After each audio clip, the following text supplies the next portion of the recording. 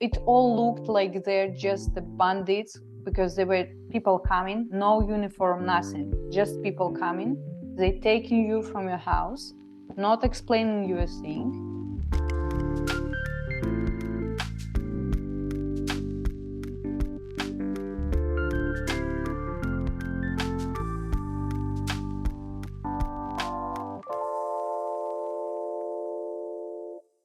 Kjære ørevenner, kjære seere, velkommen til en ny episode av Fotopodden.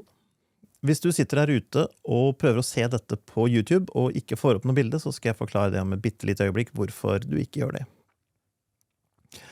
Vi har en veldig spesiell gjest i dag. Hun er en belarusisk dokumentarfilmfotograf og dokumentarfilmskaper som nå lever i eksil, for hun kan ikke returnere til hjemlandet sitt. Av den grunn så har hun også bedt om å få være anonym. Vi kjenner identiteten hennes, men vi vil i denne podcasten kalle henne for Alisa. Og det er også grunnen til at vi ikke filmer, fordi hun ønsker ikke å vise ansiktet sitt i tilfelle belarusisk etterretning ser, hører, og det kan ramme familien hennes i Belarus. Ja, jeg tror det var det jeg trengte å si på forhånd, så takk til alle som hører på og prøver å se på. Vi sveiver i gang. Ja, en liten ting først. Dette må foregå på engelsk, for hun snakker veldig lite norsk, for å si det sånn. Det går i belarusisk eller engelsk, og da tror jeg vi foretrekker engelsk, de fleste av oss. Welcome, Alisa. It's a pleasure to have you here. It's an honor to have you here, actually. It's a pleasure to be here as well. You have a background as a journalist from Belarus. Can you tell us about how it was taking an education as a journalist and working as a journalist in what we must consider a dictatorship? Yeah, I was born and raised in Minsk in Belarus, and I was living there since last year. And I studied journalism in the most prestigious faculty of journalism in Belarus. And actually, I have quite positive experience of being there as a student because nowadays we can see a lot of propaganda and things like that in Belarus. But back then, I do remember that people who were teaching us, the professors, they were mentioning that propaganda is not a good thing, and we have to avoid that. And we were actually studying the propaganda and the way we have to present news as journalists, like to be objective, not subjective as much as possible. And actually, the things they were teaching us were, in my opinion, it's the right things, but unfortunately, practically we couldn't implement it. Okay. Yeah. How long ago was this? I graduated 7 years ago. Mm-hmm.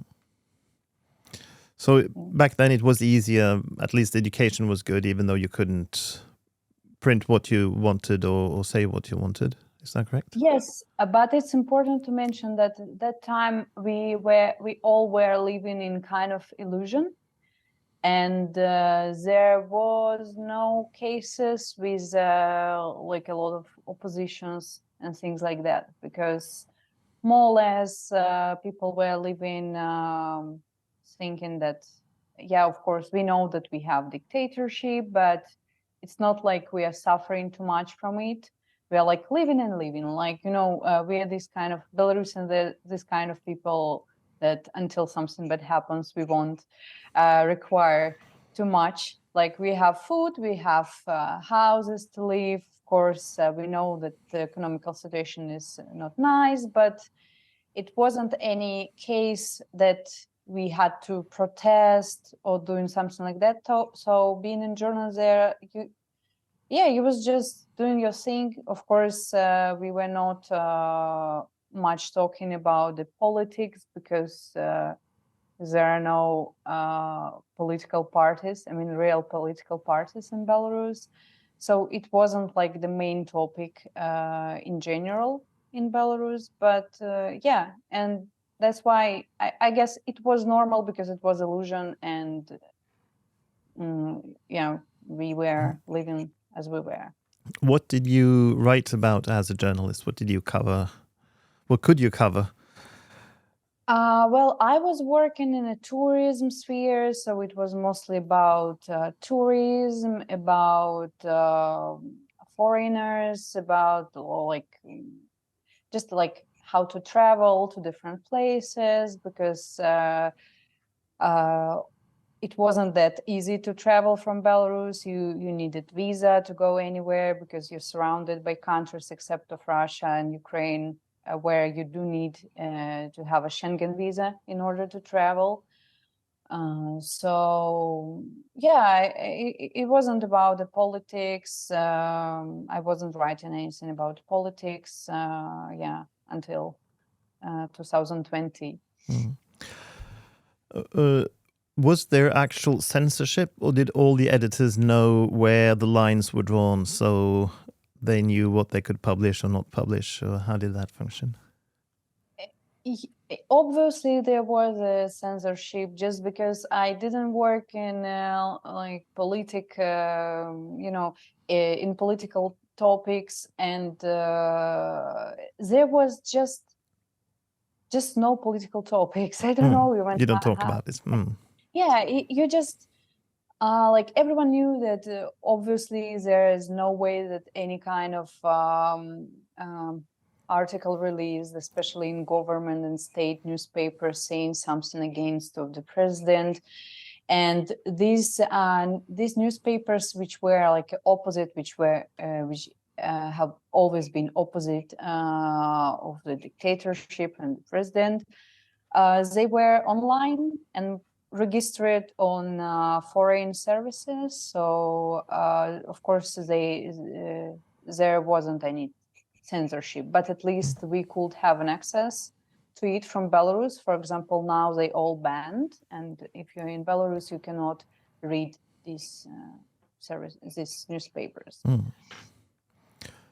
But then you said until 2020 you didn't do anything with politics. What happened in 2020? In 2020, the coronavirus happened, and the Lukashenko, he was just denying the existence of coronavirus. Like, we were watching news, obviously the world news, but he was saying, no, there's like coronavirus is everywhere, but not in Belarus. We are like clever and good enough to prevent it from having here. And they were hiding the numbers of sick people. They were hiding a lot of things, the statistics, everything. And people realized that this is above the terrible, and you have to do yourself something. And people were organizing. There were no like imports for the masks, for respirators, and people were organizing the imports themselves.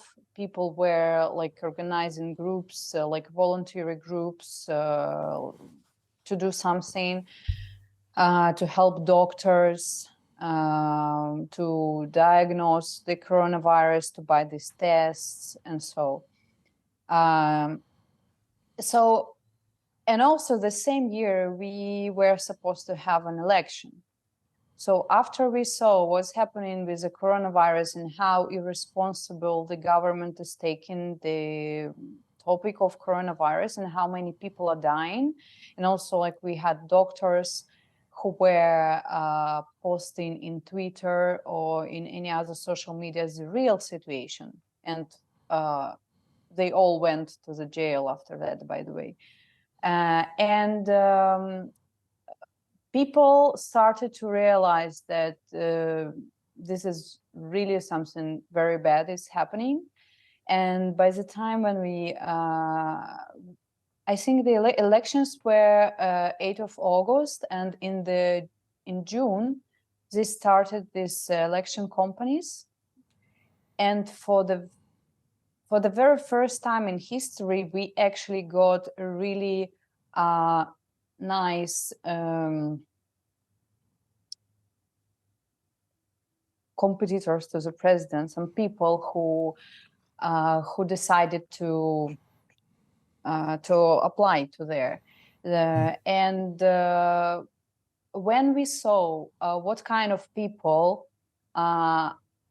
send their applications to get votes, we were really we got this feeling of hope that once since 1994 something can actually change.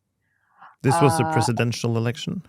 Yes, Yep. it was a presidential election. And we got this hope that something can change.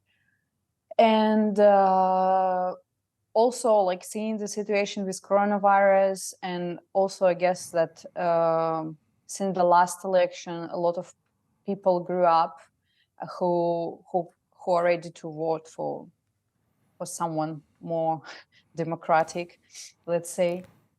And yeah, and we started to get this hope. I do remember that moment, and it was very unusual feeling for us, because as I mentioned before, we were living in illusion, which I meant, like, why would we do anything if nothing is gonna change anyway? This is how we were thinking. But it was a moment when we saw that, like, a lot of things happening in the world with this coronavirus, that maybe something actually can change. And we were very excited, and we got this feeling of hope. And and we started to gather these signatures for the people who wanted to participate in presidential elections. And then we saw what's happening. They got detained. They also people who were helping to gather the signatures, they also got detained. And we just realized, like, actually some really nonsense things started to happen. Like, people were just staying in the queue to put their signatures, and sometimes they were just, it was like kind of protest. You're just staying in the queue, and whenever the police were seeing the queues, they were arresting people because they're staying in the queue, and for them, like, staying in the queue, it was kind of protest. So at that time, like, it was all happening just before election. I'm not even mentioning the day of election, because the day of election became for us like a moment where our lives separated from before and after. So, and before elections, of course, I got contacted by BBC Radio, and they were asking me as a local to just tell them weekly what's happening there. And and I was just speaking about it as a local, and also some people that I knew, because I also worked in tourism, some foreign magazines or newspapers, they were asking me to write an article about what's happening. And this was the moment when I started to write about politics all of a sudden. And then what consequences did writing about politics have for you, both for yourself, how you felt about your job, but also for your life and your future, really?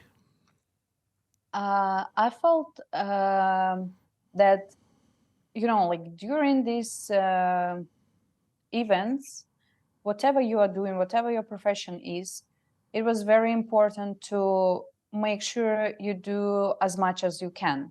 And of course, if you're a journalist, for you, it's writing articles, like, in English for foreign newspapers to let people know what's happening. If you are a documentary director, it's you have to go out and just film the protests or whatever is happening. So if you're a doctor, you help people who are injured during the process. So each of us, we were doing something what we can. So I felt myself that, this is very important for me. This is like my input in it, that I have to do. I have to do something, and if I can write an article, I should do that. What were you asking? Were you afraid of being arrested, detained, abused by the police? Well, at the beginning, as I told you, we were very excited. We got a lot of hope. We were not thinking about consequences, because we actually believe that this is a very exact moment when everything is going to change. So we were just doing everything. We were not thinking about what's going to happen in the future, because we were almost sure that this is the moment where we have to do literally everything to just make our country free. And of course, after that, we faced a lot of consequences. Of course, we were scared of being detained and being arrested, but there were so many things happening at the same time. So you was just doing this, like. You have, this is like a life test. When something is happening at the exact moment, something really bad and terrible, you don't really have the time to sit and think like, should I do that or should I not? You just do this. Like, for example, when we, during the process, when we were hiding people in our flats, in our apartments, we were just seeing people escaping from the police. We were just opening the doors to our apartments and let in some just random people. And of course, you are doing this, you are under a huge risk yourself to be arrested, and even more than those people who are escaping. But you don't think like, should I do this or should I not? At the very moment, you just do this. So this is what we were doing. Of course, we were scared, but I think that we believe that it will work. That's why we're doing it now. And then the elections came. Yes, the and elections then things started came. to be tense. Yeah, I remember the day when elections came. We went to the election points. We gave our votes. And we also made this thing. We all agreed that if you're not voting for Lukashenko, which is absolutely obvious that major people are not doing that. But anyway, we were putting a white bracelets on our hands and on our arms. And and you just walk and you see literally almost all the people with these white bracelets or bells. And during after the elections, we were waiting for elections results to be announced. We didn't leave the election points. We were staying at the place where we voted. And we waited for this election commission to put the results in front of the door, which they didn't do. But police arrived. They started to detain people right close to this elections points. Like in my case, it was a school. It was school where my daughter was going. And we went to the school. We gave our vote. We were waiting there. And the people, like you're talking to people, and you can see that people are getting angry. And this is not really typical for Belarusian people, because we're known as calm and patient people, and not angry at all. But you could see that people are, because I think that the difference is like before the elections, they were fooled, but people were fooled, but just a little bit.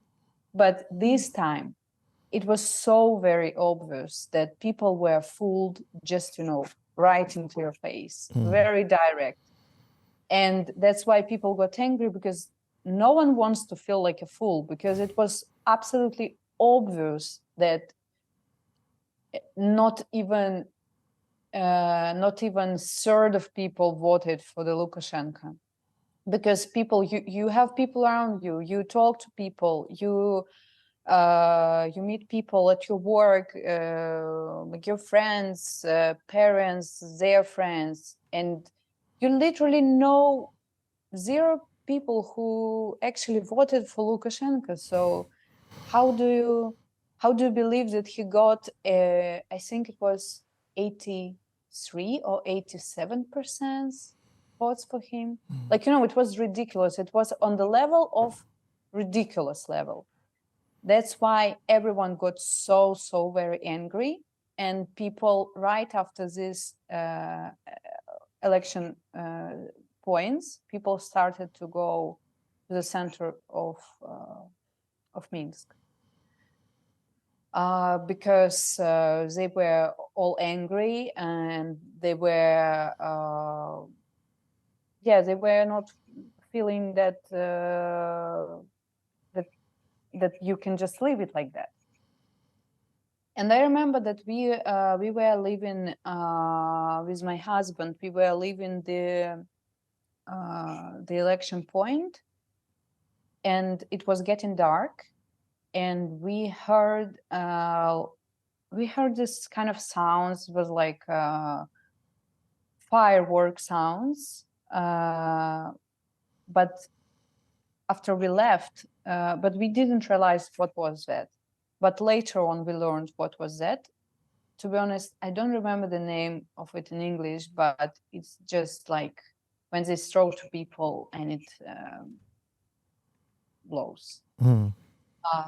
This kind of thing. So people were just, like the thing is like at that exact day, they shut down the internet. So once we got home, we couldn't follow the news. We were using some services. My husband was using some services to connect to the internet, to the very bad internet. We couldn't even download pictures or videos, just some text in Telegram channels about what's going on. And what happened is that they just it was super peaceful process. Basically, people were they just went to the center of Minsk, and they were just walking. That's what process looks like. There were no riots. They were not crushing the shops around or attacking police. They were just going, because you had to see these people. It were just women, kids, like all kind of people, just people. And they behaved like the police. They were really harsh in what they were doing. And we actually didn't expect it to be that harsh to this level. And after we went home and we were checking this news, and we saw that this text saying that a lot of people are injured, a lot of people detained. We also had our close friends who were still there, and they could escape to some kind of casino or somewhere, and they were just waiting there. They said that everything is blocked, a lot of police. And it was a moment where we couldn't actually believe that this is happening, because we were like, but hey, we're really not doing anything to be detained. You didn't even announce us election results at this election points where we were waiting. Like our super basic human rights were not appreciated. Like very basic. I'm not telling about something, like more big. And it was that obvious and that offensive that, we were shocked. And for the 2 entire days, we had no internet. We didn't have access to the news. We were keep calling each other to check on each other. We had no idea what's happening. People were still going outside because actually you don't have internet. At least you go outside to check what's going on there because you don't know. And once we got the internet, it was 2 days after, and we saw all these photos, we saw all these videos. We were in total shock, in complete shock, because we saw a lot of pictures where we thought we're never going to see this stuff, like people detained in a very harsh way, beaten people, beaten women, beaten kids, a lot of blood, and we started to get the stories how they were capturing people and they were really murdering them, because the political prisoner in Belarus, political detainee, considered to be like worse than a terrorist. Like people who are actual murderers, people who are rapers, people who did really huge crimes, they have much better conditions and much better attitudes than political prisoners in Belarus. Because the thing is, why they wanted to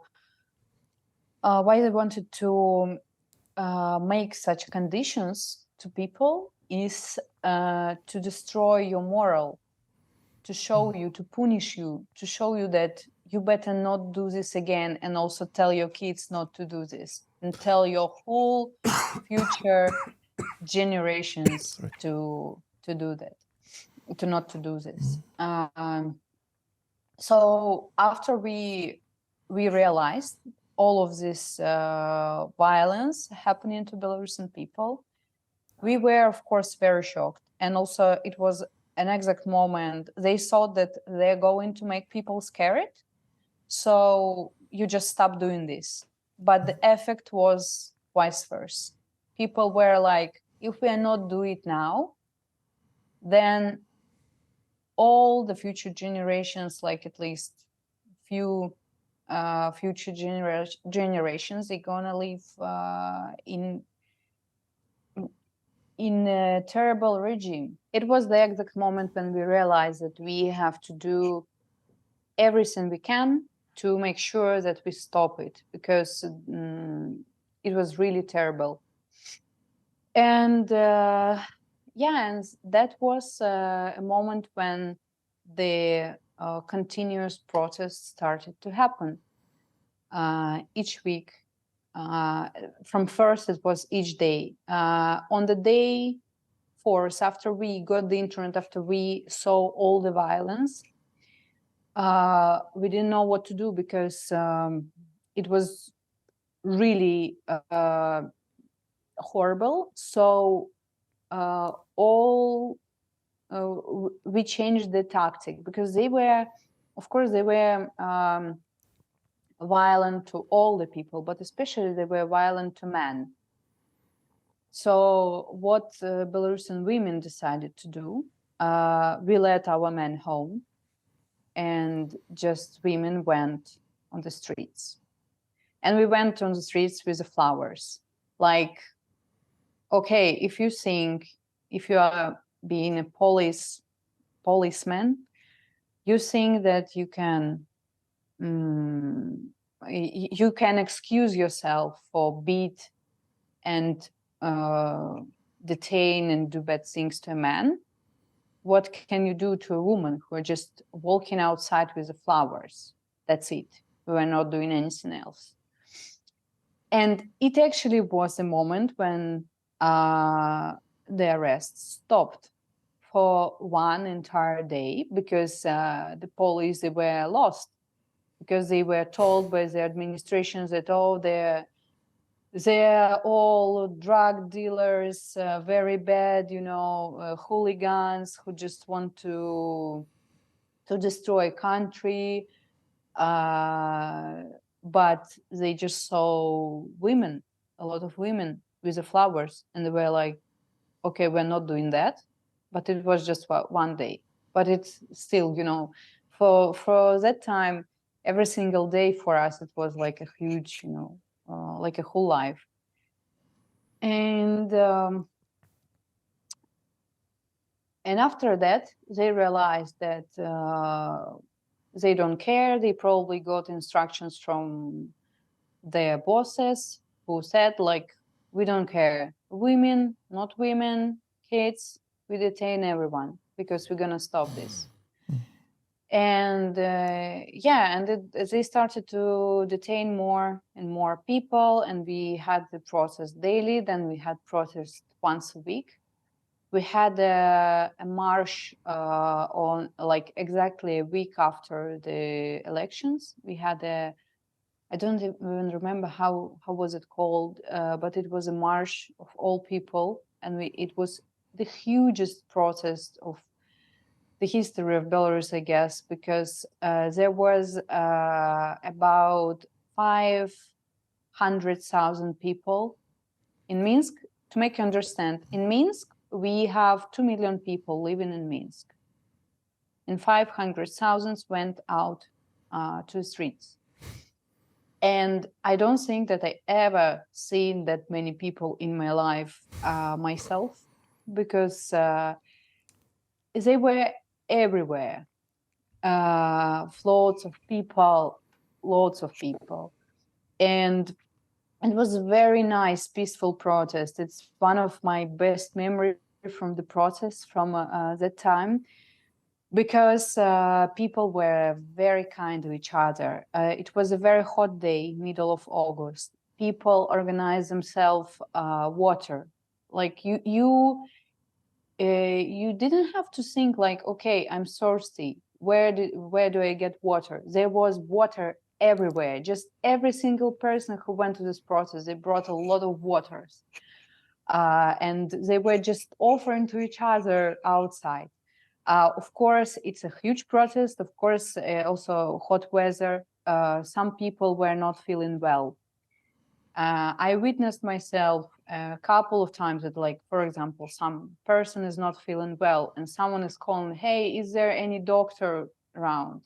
And like 3 people rush into this person, like out of nowhere. Like we didn't need, even like an ambulance or anything like that, because people were just trying to help each other as much as possible. And it was a moment very important for Belarusian history, I guess, because we learned that, first of all, we saw each other. Because as I said before, we were living in illusion. We thought, yeah, but maybe it's only me who thinks like that. Maybe other people, they more or less agree with the regime. But we actually saw face to each other how many of us and how cool we are, how actually we can help each other.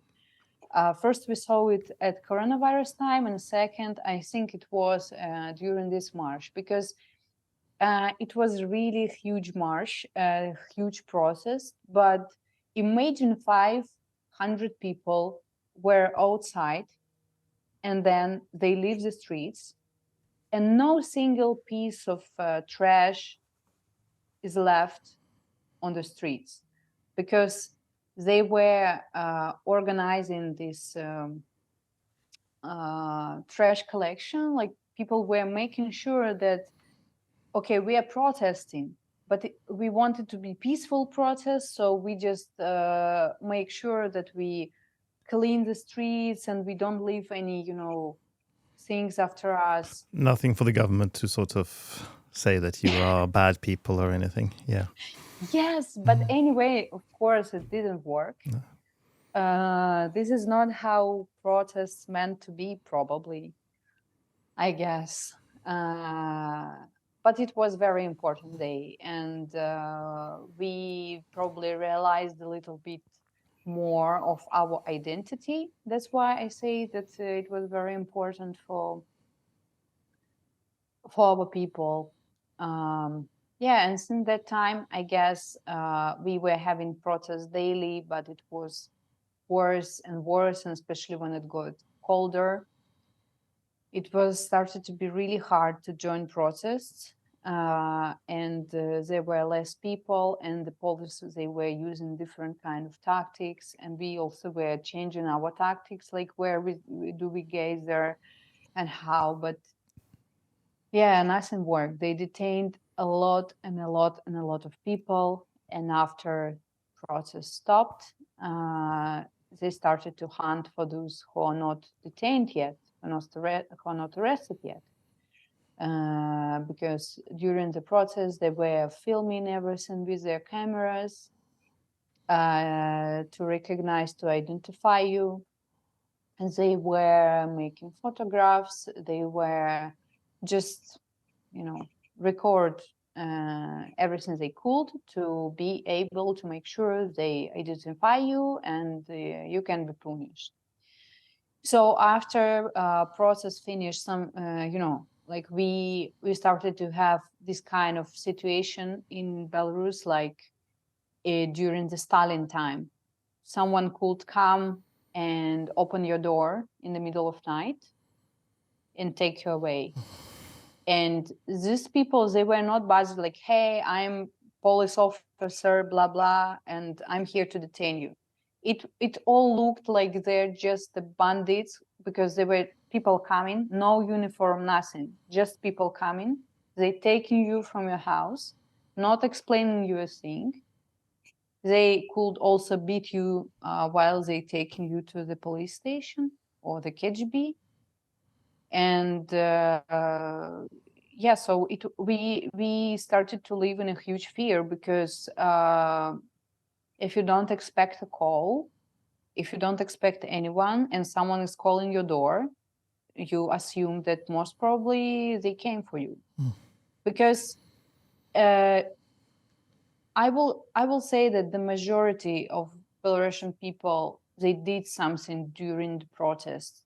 Because as I explained you before, we were really excited for the change, and everyone did what they could. So if you take almost any Belarusian person, you can find something, for the arrest. So yeah, and we started to have this. They wanted us to be very scared, and to be honest, we are still scared. Not only for us, but also for our families who left in Belarus. And people started to leave the country. They just started like one by one. You just see it not in the news, you see it among your friends, among your family. You just see that people are leaving, and you are also spending days thinking like, probably I should leave as well. But then you have a hope, but I really want to live in my country. I really don't want to leave Belarus. Maybe something will actually change. Like it was a constant bargain with your own self. But after the Putin announced the war to Ukraine, it was that exact moment when we realized that it's not only not gonna change, but it's probably gonna get worse. So all the people who were thinking, should I leave or should I not? They just, right after the war, they just grabbed their things and they just left. Because the attack from Ukraine to Ukraine from Russia happened from the territory of Belarus. And for us, it was clear that Lukashenko asked Putin help during the protest. That's actually why he could manage protests. And now Putin asked for his credit back. Like, then we attacked Ukraine from Belarus. And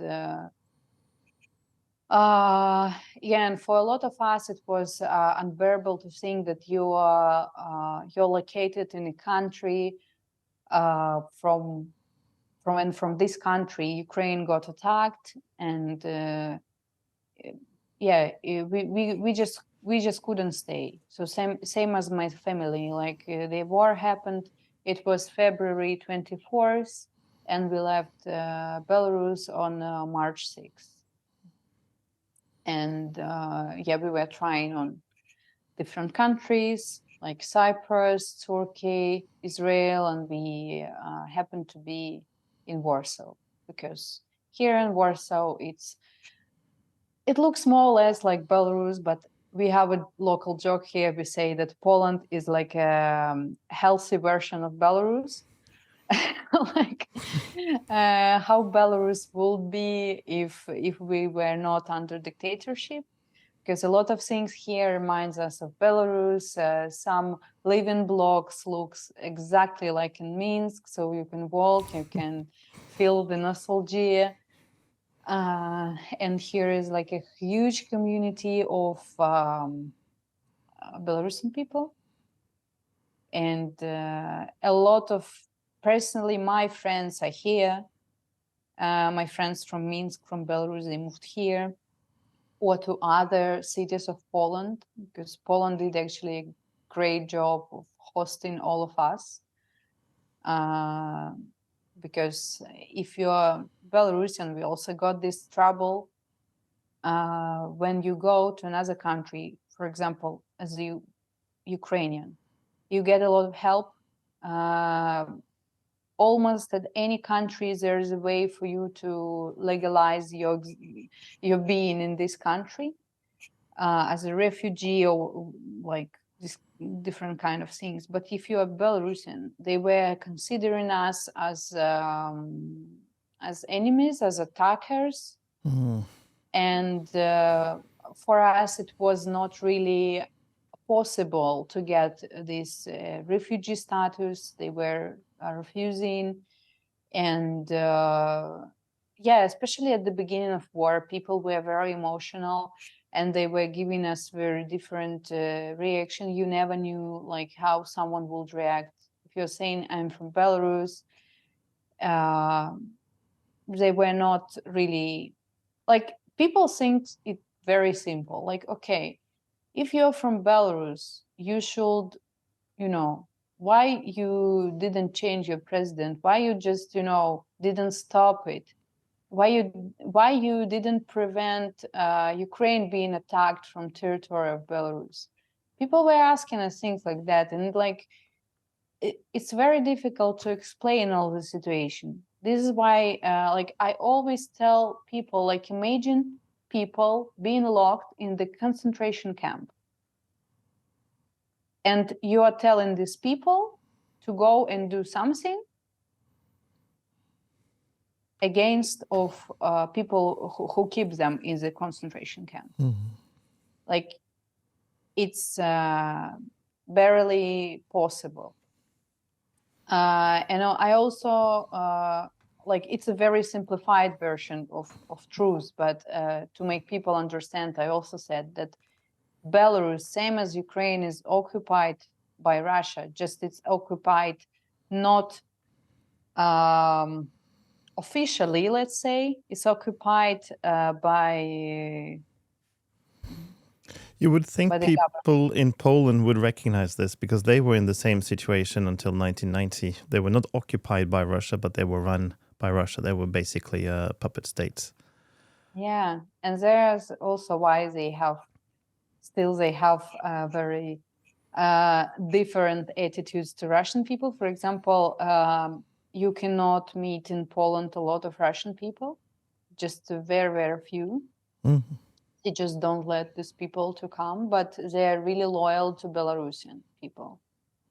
That's why here is a huge community of Belarusian, and they do help a lot.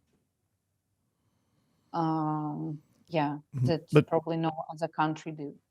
You came to Poland and without a job and without anything, just with your family. How do you get by? How do you make a living, and how do you? Well, in Belarus, some companies, especially in IT sector, they were moving, like whole company were moving to Poland, to Lithuania, to any other country, same as my husband's company did. They moved to Warsaw, and he works here. And for me, like for almost one whole year, I was not working. I was just trying to settle us as a family in a new place, and we had to deal with a lot of issues, like for kids, for example, the change of language. Because I believe if you plan the immigration, it happens better in these terms, that you know that what you are going to go through, you are kind of prepared, at least morally, and you prepare your kids. But if it just happened all of a sudden and you didn't plan it, and also like you thought that maybe we can go back, maybe we're here not for so long, then it's more complicated, I guess. So I was just helping my kids to adapt to the new conditions, to learn the language, to feel as small as comfortable, because because I guess we also have this kind of trauma of losing home, when you don't really planned or wanted to leave your home, but you had to, and even you still hope that you can go back one day. So it's also like, it's not only about me, but I saw it among a lot of my friends. They cannot find a resource inside of themselves to work or do anything, because you just want to stay in bed and cry, or like you're feeling very, very depressed because your very basic needs were damaged, like needs of safety, for example. So you're trying to recover, and you're trying to find like a new sense of life and all this kind of thing. So about me, I almost for a whole year I was not working, but now I am studying in the New York Film Academy for the documentary filmmaking. Also because first of all, this is the thing which I want to keep doing. I thought of getting more like normal profession as a, let's say, hairdresser. Not my case, but this is just to explain what I mean by saying normal profession, just more down to earth. But the documentary filmmaking is like something, it's very mine, I will say. It's something very, something I would really love to continue doing it. And after I healed from my own traumas about this topic, and I worked on healing for this, I think that I feel a responsibility. I feel that okay, now I'm safe. I have home, a new home, and now I have to keep doing, to do something for Belarus as much as I can. And let's see. I don't have a particular plan for my job in the future. I know that it's going to be connected with documentary filmmaking, but I'm studying for now, and then after I will be graduated, I will think how I can implement it to the current conditions. You once told me that you were a bit wary about making a documentary about the situation in Belarus. Tell me more about that.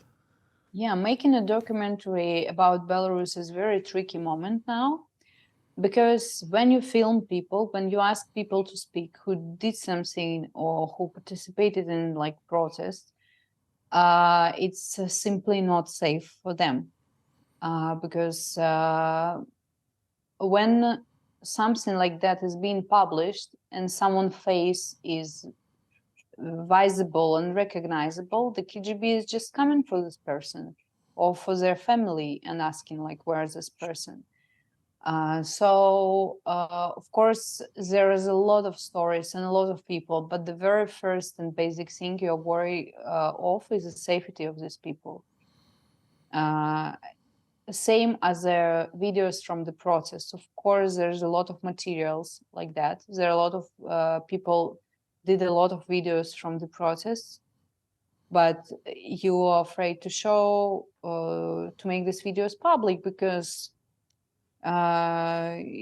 you know almost for sure that these people whose face are visible, they're going to be found and arrested if they not yet. So this is the tricky thing, I guess. So even though you have left the country, the government in Belarus can still control to a certain degree what you can do or what you cannot do, actually. If you have your family there, of course. Also, if you have, let's say, property in Belarus, if you have a criminal case on yourself, they are just taking away your property. Another thing they did recently, like 1 month ago, they announced that being a Belarusian and living abroad, you cannot renew your passport or change your passport if you're abroad. You have to go back to Belarus for that. So for us, it's absolutely not safe. The risk is very high. So most likely, most of the people who has troubles with their passport, like they run out of empty pages or they just the term of passport is not valid, you're just staying where you are without a passport. That's the only solution for now. Yeah, because Poland won't give you a status as a refugee or an asylum seeker or give you the necessary papers. Poland now offering for Belarusian people the travel document. It's like it's based on your residence permit in Poland. It looks like a passport, but it's named a travel document, which means you can travel with it. But first of all, it's not recognizable for all the countries. Second thing is that you are considered as to be a person without a citizenship. So you have to get a visa literally to every country you're going to. Yeah, I mean, anyway, it's not replacing you the citizenship. It's not replacing you a normal passport. Yeah, but still, so you work as a documentary filmmaker, and I met you way outside of Poland. yes. So you're still able to travel at least? Yeah, because my passport is still valid. But in 2 years, it will not. And maybe in 2 years, they will create kind of a solution for this. Because there is also Belarusian government in exile, who are working to negotiate this kind of thing. But yeah, it's very personal situation for everyone because some people they already have their passports being not valid. Some people have it for, let's say, 5 or 6 next years. So it depends. I have it for 2 more. How do you to switch to something more professional? When you make a documentary, do you do it on your own initiative, or do you get asked to make something for someone, or how does this work for you? No, I do it only through my own initiative. Things I found important. I worked in tourism quite a lot, and like my main like thing where like communicating with foreigners. So I guess that oh my god, I forgot what I was about to say. Anyway, yes, I do it everything by my own initiative, and now I'm more interested to do something in English, not for Belarusians, let's say, not for Russian speakers, but for English speakers, because apparently I found this region where I live is very interesting at this particular moment. A lot of things are happening, and a lot of stories I'm meeting myself, which are extremely interesting, but also terrible. But I think that for people, it's very important to not just read news or see a statistic or whatever, but to hear personal stories. It's much more effective to get the information, to get the idea of what's going on. And I think that I already started, but I want to be concentrated mostly on this, like on people's stories around me, because I realized that almost every single person I know here in Warsaw, either it's a Belarusian person or Ukrainian person or someone else, you can make a documentary about the story of this person, just because we all are here for a reason, and we have a lot of things to tell. You live in a country that had parliamentary elections the day before this was recorded. And lots of people in Poland feel that is also a struggle for democracy, because democracy will suffer terribly if the current government will continue. Can you recognize that kind of struggle, or do you feel that, hey, you have democracy anyway, what are you complaining about? So how is your view on that? First of all, it's very interesting because just yesterday I was discussing with my Belarusian friend that this is like for us, just witnessing an absolutely normal election where actually votes are counting in real and considered in real felt so much surreal. This is such a normal thing, right? Just an election, you just vote and you just choose what you want, right? But for us, it was just something absolutely surreal, because we never, ever in our lives, we saw something like that. I was born in 1993, and the president of Belarus, the current one, he was chosen in 1994, I guess. So I never witnessed myself a change of power. I never witnessed myself a normal election. So it was, yes, it was very, very interesting to see that. And also about what you was asking. Well, of course, from one side of me want to say, hi, you have democracy anyway, but in my opinion, it's not right to compare struggles, because of course you have every country, they have their own struggle. People in their countries, they have their own struggle. So it's totally wrong to say that my life is worse than you and you have a democracy anyway. Absolutely not.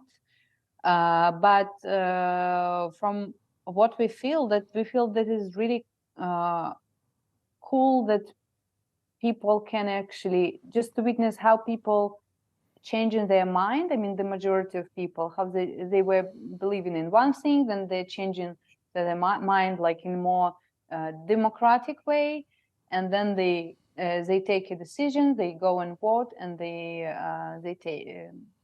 take what they want. So for us, like the previous, the current, the Conservative Party, we are thankful to them anyway, because we are here not as citizens, we are here as visitors yet, and And of course, we are grateful to them because they could accommodate us, they could host us. Not we, but I personally, I don't take responsibility on myself to say, like, I think this is right and this is wrong, like for Poland, because again, I'm here just for 1 year and 2 months, and I think that I really wish that Polish people would get what they want, if it's important to them, and whatever will it be, we will be cool with that, I guess. So I see the only thing I saw is that people I talked to, the Polish people, they really wanted this democracy party to win, and they were talking about it. They were discussing it a lot, and we were trying to get an idea in the Polish politics as well. We were trying to read like about parties, what each party offers, the history of it, and also it was a really interesting experience for us to just know, because we were so infantile in politics before. We were, because it was like, this the function we never used, because there was no point, because as I said, we believe that nothing is going to change anyway, so there are no actually real parties. That's why. So it's a new experience for us here as well. We have talked for a long time. Is there anything we haven't talked about that you would like to say or bring up? I was now this weekend, I spent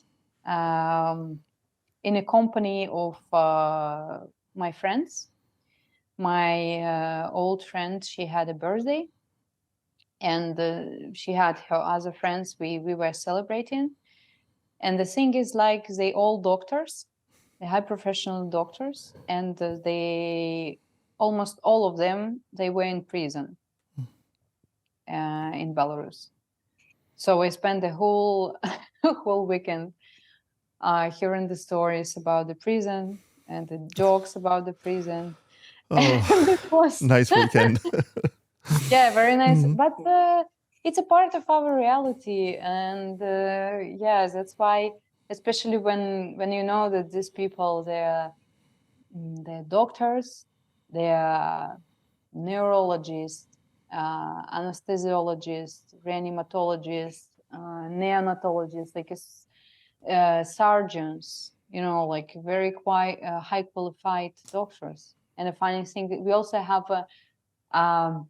it's not a joke, but it's kind of reality that if you want to meet a cool people in Belarus, you have to go in prison, because nowadays in prison there are so many people in different people with really nice ideas, with really strong beliefs. They are high qualified in their jobs, and they really are this kind of people who want not only just live, but to live a good life. Before we end this, I can see, I'm the only one that can see that you are dressed in red and white today. Yes. Can you tell me the significance about that? Because I know there's something behind it.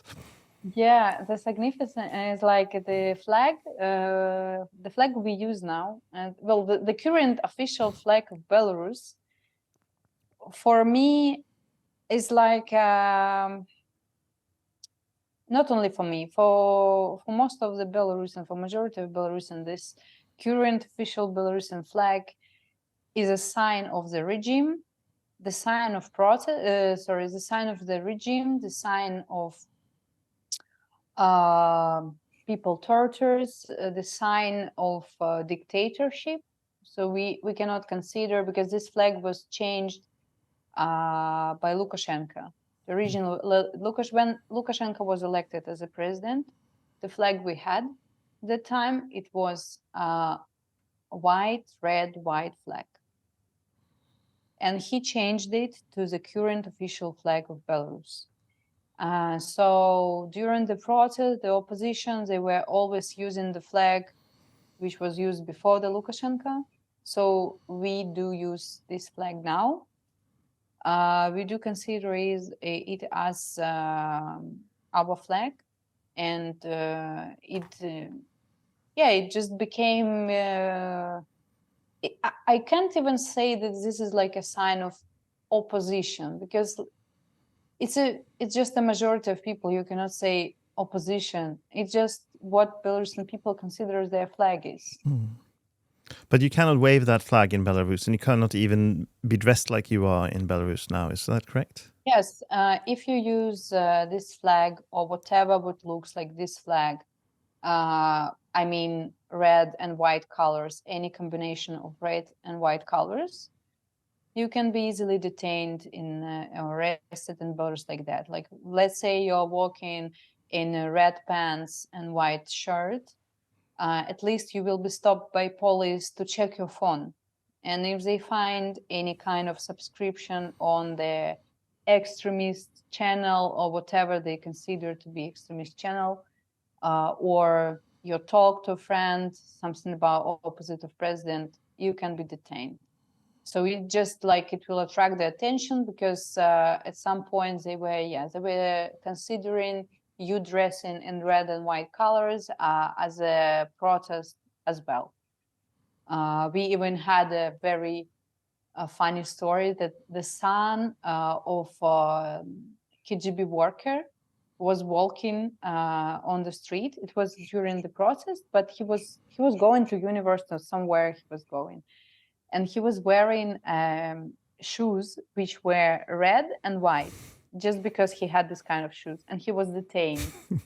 And and then the KGB worker found out that his own son is detained, and the son is a guy. He was saying like, "Hey, I was just walking to my university." They're like, "Yeah, like everyone says so." And when the story was announced, it was like very funny, but also like to realize what kind of cringe is this. Because yes, you cannot. Okay, you can, of course, you can to dress colors like that in Belarus, but you will have to deal with the consequences. So for us, particularly me, I really love red color, especially with a combination of white. So occasionally, I do wear it, same as other people, but at least being in Poland, I can wear this and not be scared of being detained just because of the color choose of the clothes, which I might. Red and white is quite popular in Poland as well, isn't it? Yes, exactly. I think we'll round up there, Alisa. I think we have all learned a lot from you today. At least we have learned to appreciate what we have and not take it for granted. I wish you all the best with your studies and your fight for your country, and I really do hope you will be able to return to Minsk one day. Thank you so much for coming. It's very important to be listened as well. Thank you. Thank you. Bye.